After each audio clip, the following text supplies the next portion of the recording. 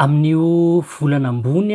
septembre 2026 io de be da be ny lalàna mifeny visa mankaty États-Unis aty no anomboka hiatra zany nohon'ireny fanovana marobe nataon'ny fanjakana Amerikanina ireny. De efa tsy izoviana amintsika moa le hoe tsy maintsy makany Afrika Atsimo ny malagasy manao visa. De be da be ny zavatra tiako hazavaina, be da be ireo fanovana indrindraindrindra ho antsika zay manam-pandriana ny hianatra aty États-Unis sy manam-pandriana ny asa aty be da be ny fanovana nataon'zareo zany makasikasika an'izay. Fa mbola sahirana kely am'izao fotoan'izao sady maka fotoana kely koa manao an'ireny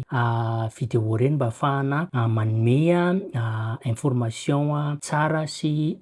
mitombona ary koa mba ahafahantsika mahazo information tsy diso zany. De amin'ny manaraka manao an'ireny vidéo reny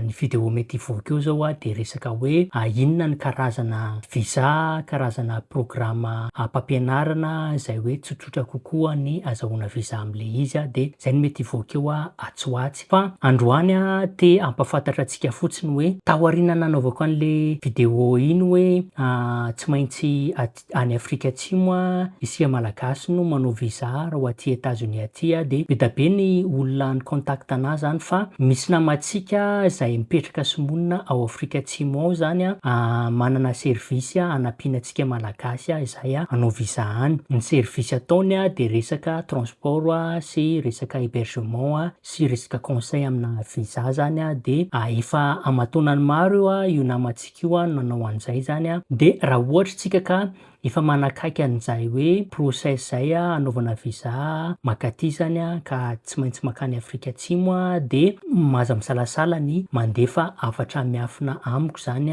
ataovy en détail tsara ny mombanao hoe roviny anao no hanao an'le visa de inona ny kategoria an'le visa de ampifandraisiko am'le namantsika malagasy ao Afrika Atsimo ao zany. De zay aloha ny androany fa de amin'ny manaraka indray masotoa.